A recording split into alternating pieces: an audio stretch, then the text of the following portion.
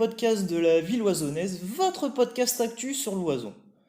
Au programme de ce 38e épisode, nous allons évoquer les nouveautés des écoles de l'Oison en cette rentrée. Tout de suite, je reçois monsieur David Guidet, adjoint au maire en charge de la vie scolaire.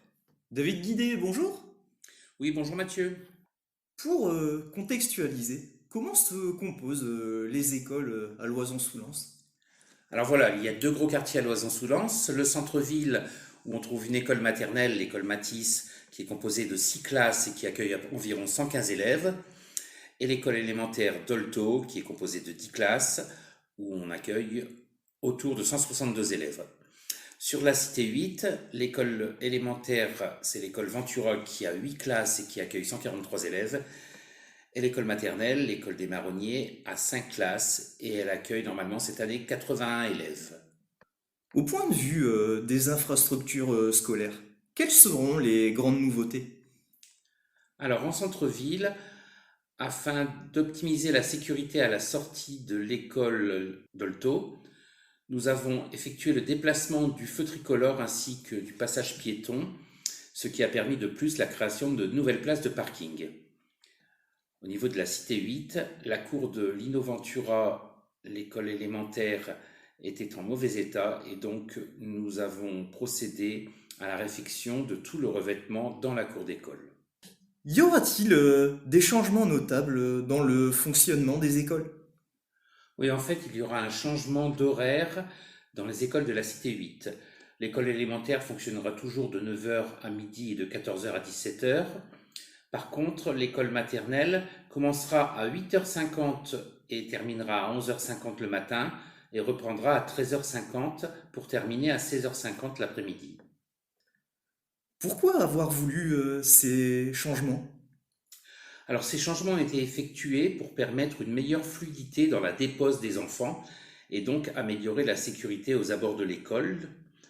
Ce fonctionnement avait déjà été mis en place lors de la période Covid et les enseignants ont demandé à ce qu'on revienne à ces horaires-là. Bien sûr, ces changements ont été décidés en concertation avec les écoles et les parents d'élèves et d'autre part avec l'aval de l'inspectrice de l'éducation nationale. Pouvez-vous nous dire un mot sur les projets scolaires mis en place cette année? Alors d'abord préciser que l'essentiel des projets scolaires relève du choix et de la volonté des enseignants dans chaque école. Mais la municipalité se permet également d'accompagner des projets qui ont été mis en place dès l'an dernier. Alors pour l'école des Marronniers notamment, un projet écologique labellisé E3D et que la municipalité accompagne par la mise à disposition de jardins et la mise à disposition d'un autobus pour déplacer les enfants lorsque besoin s'en fait sentir.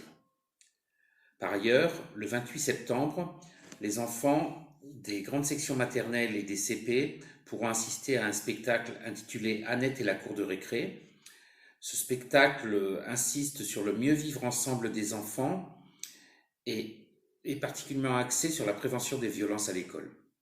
Enfin, une journée inclusive pour les Jeux Olympiques aura lieu pour les CM2 autour de la thématique du sport en général. Hormis les écoles, la rentrée concerne également les collégiens, les lycéens, les étudiants. Le contexte économique étant, la municipalité a-t-elle mis en place des initiatives pour soutenir ces derniers? Oui, la municipalité a décidé de continuer à accompagner, comme elle le faisait auparavant, tous les jeunes qui poursuivent des études et ce sans condition de ressources. En ce qui concerne les collégiens, ils étaient dotés auparavant d'un packaging de matériel, copies, cahiers, crayons, mais depuis cette année, ils vont bénéficier d'une carte d'achat d'un montant de 30 euros utilisable dans les établissements Leclerc à Loison-sous-Lens. Cette carte a été distribuée le 24 août et pour ceux qui n'ont pu être présents, il leur est proposé de se rapprocher du service jeunesse. Pour les lycéens et les étudiants, entre le 4 septembre et le 29 septembre, ils pourront transmettre un certificat de scolarité à l'adresse dotation au pluriel loison-sous-lens.fr et une carte d'achat leur sera remise par les élus en mairie lors de permanence début octobre. Et pour ce qui est des écoles maternelles et élémentaires? Alors, en ce qui concerne les écoles maternelles et primaires, les dotations sont identiques aux années précédentes, à savoir un montant de 30 € par élève, plus 35 € par classe, plus l'administratif des enseignants. Ce qui veut dire que la municipalité a acheté pour environ 16 000 € de matériel pédagogique pour cette année 2023-2024. David Guidé, merci pour cette interview. Merci à toi Mathieu, ce fut un plaisir. Nous voici à la conclusion de ce podcast. Je vous rappelle que vous pouvez nous écouter sur Spotify, Deezer, Amazon Music, Google Podcast, Pocket Cast, TuneIn, SoundCloud. Vous pouvez également retrouver ce podcast sur la chaîne YouTube de la ville loisonnaise et sur le Facebook officiel de la ville de Loison-sous-Lens. Au revoir et à très bientôt!